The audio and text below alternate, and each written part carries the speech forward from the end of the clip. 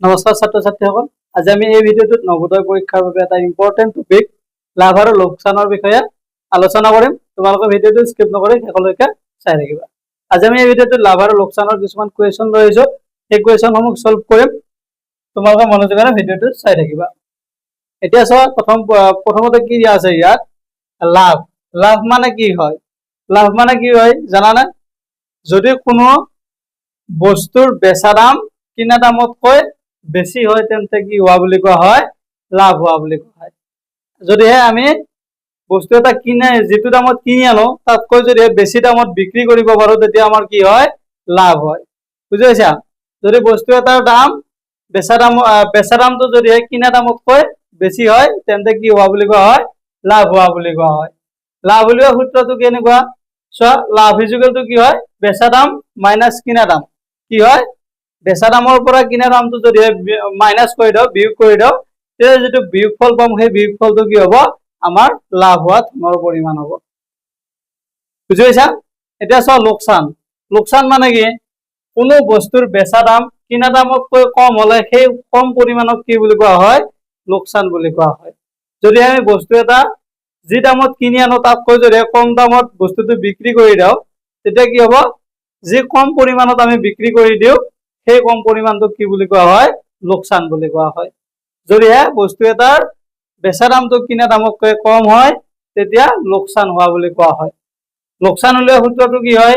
কিনা দামৰ পৰা বেচা দামটো বিয়োগ কৰি দিলে, কিনা দামৰ পৰা বেচা দামটো বিয়োগ কৰি দিলে বিয়োগফলটোক কি কোৱা হয়?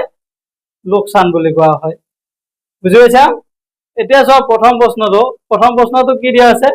এটা ঘড়ী 300 টকাত কিনি 350 টকাত বিক্ৰী কৰা হল, লাভ কিমান হৈছে?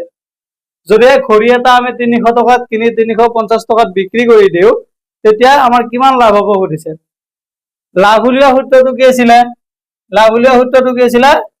লাভ ইকুৱেলটো কি? বেচা দাম মাইনাছ কিনা দাম। গতিকে ইয়াত বেচা দাম কিমান দিয়া আছে? ইয়াত বেচা দাম দিয়া আছে 350 টকা আৰু কিনা দাম কিমান দিয়া আছে? 300 টকা। 350ৰ পৰা 300 টকাটো মাইনাছ কৰি দিলে কিমান থাকিব? 50 থাকিব। লাভ কিমান হ'ব? 50 টকা লাভ হ'ব। লাভ কিমান হ'ব? 50 টকা লাভ হ'ব। 50 টকাটো কোনটো অপচনত আছে? অপচন চিত আছে। গতিকে 1 নম্বৰ কুৱেশ্যনটোৰ বাবে শুদ্ধ উত্তৰ কি হ'ব? অপচন চি হ'ব শুদ্ধ উত্তৰ। 1 নম্বৰ কুৱেশ্যনটোৰ বাবে শুদ্ধ উত্তৰ কি হ'ব? অপচন চি হ'ব শুদ্ধ উত্তৰ। এবাৰ চোৱা ইয়াৰ পিছৰ প্ৰশ্নটোত কি দিয়া আছে? 2 নম্বৰ প্ৰশ্নটো চোৱা। 2 নম্বৰ প্ৰশ্নটোত দিয়া আছে যে এটা বেগ 250 টকাত কিনি 60 টকা লাভত বিক্ৰী কৰা হল, তেন্তে বিক্ৰী কৰা দামটো কিমান হ'ব সুধিছে। কি কৈছে ইয়াত? বেগ এটা 250 টকাত কিনি আনিছে, আনি কিমান টকা লাভত বিক্ৰী কৰিছে? 60 টকা লাভত বিক্ৰী কৰিছে। তেন্তে আমাৰ বিক্ৰী কৰা দামটো কিমান হয় উলিয়াব দিছে। অপচন এত দিছে 310 টকা, অপচন বিত দিছে 315 টকা, অপচন চিত দিছে 320 টকা আৰু অপচন ডিত দিছে 325 টকা। ইয়াৰে কোনটো অপচন শুদ্ধ হয় উলিয়াব লাগে। লাভ ইকুৱেলটো কি হয়? লাভ ইকুৱেলটো বেচা দাম মাইনাছ কিনা দাম। আমি ইয়াৰ পৰা কি উলিয়াব লাগে? কিনা দামৰ মান উলিয়াব লাগে। লাভ আমাক কিমান বুলি কৈছে? লাভ আমাৰ 60 টকা ইকুৱেলটো বেচা দাম কিমান? ইয়াৰ কি উলিয়াব লাগে? আমি বেচা দামটো উলিয়াব লাগে। গতিকে এইটো বেচা দাম থাকিব, বিক্ৰী মূল্যটো উলিয়াব লাগে, মাইনাছ কিনা দাম কিমান আছে? 250 টকা। বেচা দাম ইকুৱেলটো কি হ'ব? মাইনাছ 250 যদিহে আমি এইটো চাইডে লৈ আহো তেন্তে কি হ'ব? প্লাছ 250 হ'ব। গতিকে 60 প্লাছ 250, 60 প্লাছ 250 কৰিলে কিমান হ'ব? বেচা দামটো কিনা দাম আৰু লাভটো যদি আমি যোগ কৰি দিওঁ তেতিয়া আমি কি পাম? বিক্ৰী মূল্যটো পাম, বেচা দামটো পাম। যদিহে আমাক লাভ আৰু কিনা দামটো দিয়া থাকে তেতিয়া তোমালোকক বেচা দাম উলিয়াব দিলে কি কৰিবা? কিনা দামটো আৰু লাভটো যোগ কৰি দিবা, তেতিয়া বেচা দামটো উলিয়াব পাৰিবা। 60 + 250 কিমান হ'ব? 310। 310 টকাত কি কৰিব? বিক্ৰী কৰিব লাগিব। 310 টকা কোনটো অপচনত আছে? অপচন এত আছে। গতিকে 2 নম্বৰ কুৱেশ্যনটোৰ বাবে শুদ্ধ উত্তৰ কি হ'ব? অপচন এ হ'ব শুদ্ধ উত্তৰ। এবাৰ চোৱা 3 নম্বৰ প্ৰশ্নটো। 3 নম্বৰ প্ৰশ্নটোত কি আছে চোৱা। এটা বস্তু 500 টকাত কিনি 25 টকা লাভত বিক্ৰী কৰা হ'ল। বিক্ৰী মূল্য কিমান সুধিছে? কি কৈছে? এটা বস্তু 500 টকাত কিনি আনিছে, কিনি আনি কেই টকা লাভত বিক্ৰী কৰিছে?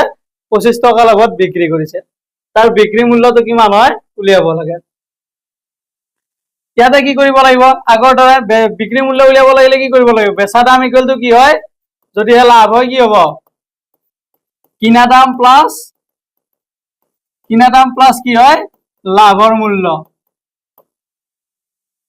বস্তু এটাৰ যদিহে আমাক কিনা দাম আৰু লাভটো দিয়া থাকে, তাৰপিছত যদিহে বেচা দামটো নিৰ্ণয় কৰিব দিয়ে, তেতিয়া তোমালোকে কি কৰিবা?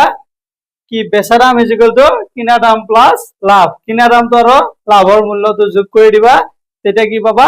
বেচা দামটো উলিয়াব পাৰিবা।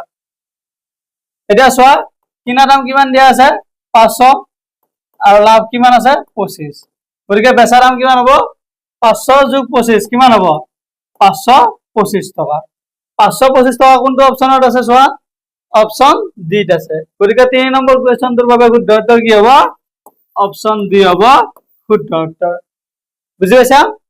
এতিয়া চোৱা ইয়াৰ পিছৰ প্ৰশ্নটো 4 নম্বৰ প্ৰশ্নটো কি দিয়া আছে? 4 নম্বৰ প্ৰশ্নটোত দিয়া আছে যে এটা বস্তু 500 টকাত বিক্ৰী কৰিলে লোকচান হয়। যদি এই বস্তুটো 700 টকাত বিক্ৰী কৰা হয়, তেন্তে দোকানীজনৰ আগতে হবলগীয়া লোকচানতকৈ 3 গুণ কি হয়? লাভ হয়। বস্তুটোৰ ক্ৰয় মূল্য কিমান আছিলে সুধিছে। কি কৈছে? এটা বস্তু 500 টকাত বিক্ৰী কৰিছে, তেতিয়া কি হয় বুলি কৈছে? লোকচান হয় বুলি কৈছে। আৰু যদিহে সেই একেটা বস্তুৱে 700 টকাত বিক্ৰী কৰে, তেন্তে দোকানীজনৰ কি হয়? আগৰ যিটো লোকচান হৈছিলে সেই লোকচানৰ 3 গুণ লাভ হয় বুলি কৈছে।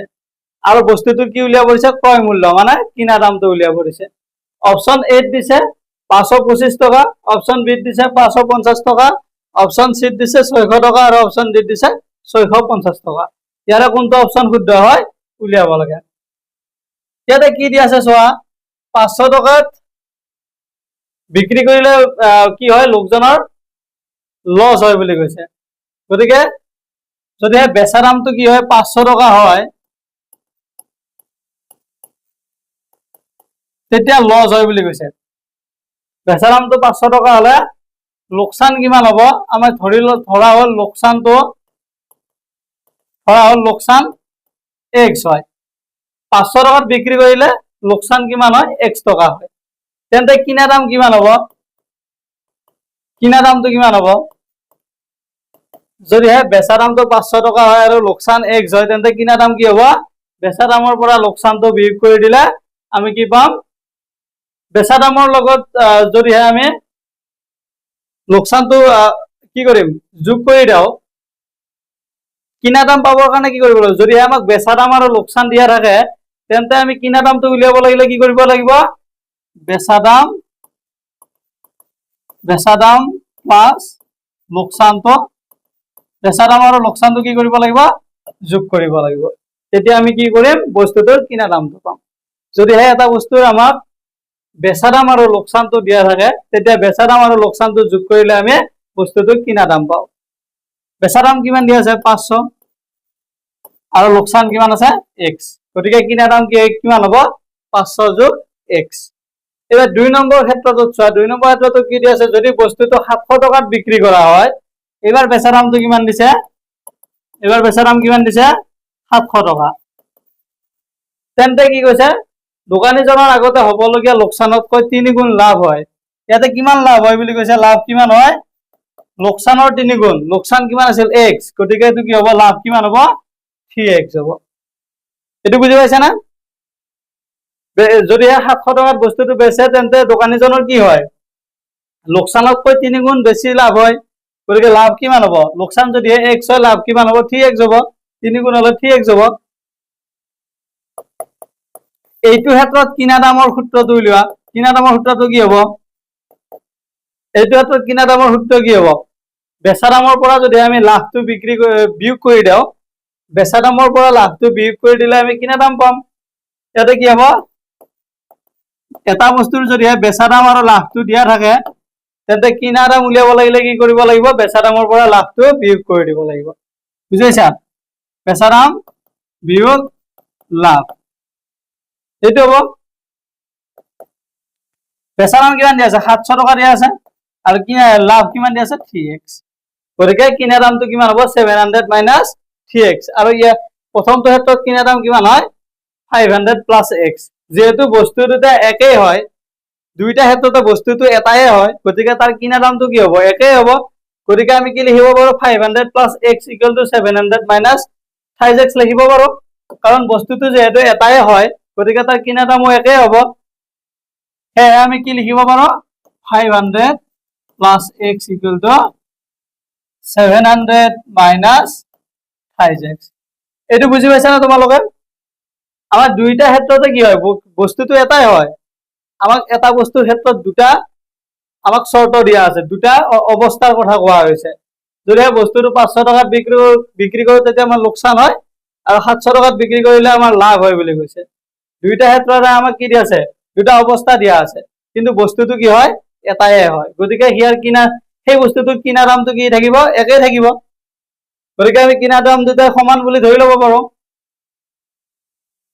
যেহেতু কিনা বস্তুটো একে হয় গতিকে কিনা দাম কিটা কি হ'ব সমান হ'ব এটো এটা সৰল কৰি x ৰ মানটো উলিওৱা কিমান হ'ব এটো x 5x টো কোন ৰাইট হ্যান্ড সাইডে মাইনাসত আছে গতিকে লেফট হ্যান্ড সাইডে আহিলে প্লাস 5x ইকুয়াল টু 700 500 টো লেফট হ্যান্ড সাইডে প্লাসত আছে গতিকে রাইট হ্যান্ড সাইডে আহিলে মাইনাসত যাব এটো কি হ'ব x plus 5x কিমান 4x ইকুয়াল টু 700 minus 500 কিমান হ'ব 200 x 4 টো কি হৈছিল পূৰণ গতিকে ৰাইট হ্যান্ড সাইডে গলে কি হ'ব হৰণ হ'ব 200 divided by 4 চাৰিৰে চাৰি এবাৰ যাব 200 কিমান বাৰ যাব 50 বাৰ যাব কিমান বাৰ যাব 50 বাৰ যাব গতিকে x ৰ মান কিমান হ'ব 50 হ'ব যদি x ৰ মান 50 হয় কিনা দাম কিমান হ'ব আমাৰ কিনা দামটো উলিয়াব দিছিলে কিনা দাম কিমান হ'ব 500 প্লাস x আছিল x ৰ ঠাইত কিমান আহিব 50 গতিকে কিনা দাম কিমান হ'ব 550 550 টকা কিনা দামটো কিমান হ'ব 550 টকা হ'ব 550 টকা কোনটো অপচনত আছে চোৱা অপচন বি ত আছে গতিকে 4 নম্বৰটোৰ বাবে শুদ্ধ উত্তৰ কি হ'ব অপচন বি হ'ব শুদ্ধ উত্তৰ বুজি পাইছা তোমালোকৰ যদি ভিডিওটো চাই ভাল লাগিছে তেন্তে লাইক কমেন্ট কৰিবা আৰু ভিডিওটো তোমালোকৰ বন্ধু বান্ধৱীলৈকে শ্বেয়াৰ কৰি দিবা আৰু এনেকুৱা ধৰণৰ ভিডিওসমূহ চাই থাকিবৰ বাবে আমাৰ চেনেলটো সাবস্ক্ৰাইব কৰি থবা আৰু তোমালোকৰ জেএনভি প্ৰিপাৰেচনৰ বাবে আমাৰ অনলাইন এপত ক্লাছ চলি আছে তোমালোকে তাত গৈ ক্লাছসমূহ কৰিব পাৰা আমাৰ অনলাইন এপৰ লিংক এই ভিডিওটোৰ কমেন্ট সেকশন আৰু ডেসক্ৰিপচনত দিয়া আছে